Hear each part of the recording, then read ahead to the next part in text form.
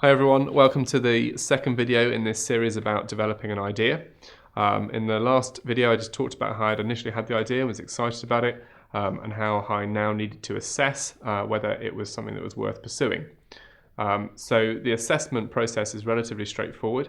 I am looking at, is it worth it to develop this idea in terms of the likely profitable return, financial return from the project. And to assess that, I also need to work out how much it's going to cost. And then I also need to work out roughly what the risk is in terms of investing in this. So the way I'm assessing it really is very much on a commercial basis. I think like a lot of people who have ideas, I have lots of ideas, and therefore you need to kind of assess them and work out which is the right one to pursue at any one time, because you can't pursue them all because there just isn't the time or the money to do that. So the assessment process is going to come down, as I say, to financial return. So the first thing I'm going to do is try and work out how much it would cost me to develop. Now it's a range of ice cream, and so the cost is going to be in terms of developing the prototypes, if you like, so the different flavors, which isn't going to cost too much, so I can do it at home, which is great. But there will be a cost when it comes to the packaging. It's got a unique packaging. And really what I need to start thinking about and talking to people about is how much is it going to cost to develop the packaging to a point of prototypes and confirming the design, and then also what's it going to cost to put it into production. Now the production cost is going to come down predominantly to two things. One, the tooling. Secondly, the cost of the first batch. Now if there's a minimum order quantity of say 50,000 units and each one's £1, well there's a £50,000 cost there for the first batch alone. So the questions I'm beginning to ask now to specific packaging design firms and manufacturers is, what's their minimum order quantity, what's the tooling cost likely to be, roughly what's the unit cost of the packaging, or what's the cost of something else that you've produced that is relatively similar, so that I can start to assess what the cost is to get it to the point of production.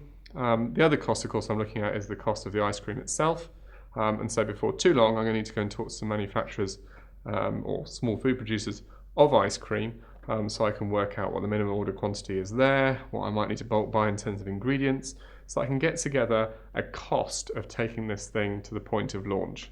I'll also look at my intellectual property costs, because I'm not going to launch it without, say, a trademark or registered design, so I need to add all that in there.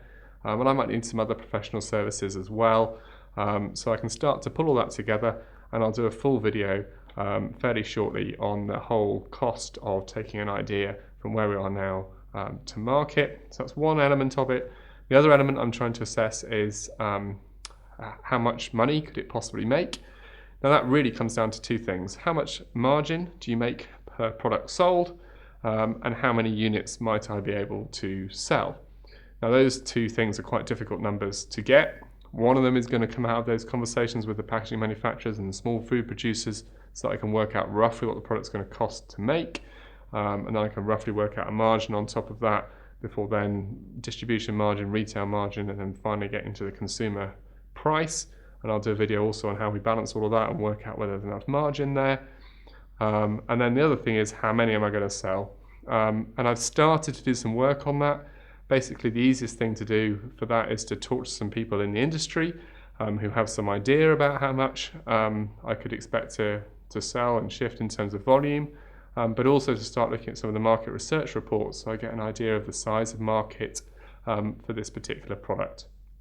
Now these aren't easy figures to get, but at the end of the day we're talking about investing maybe kind of 18 months of time, probably quite a lot of money, as I've started to talk about some figures already, and so it really is worth trying to get some idea of these numbers so I can validate whether or not this is a concept that's worth pursuing or not.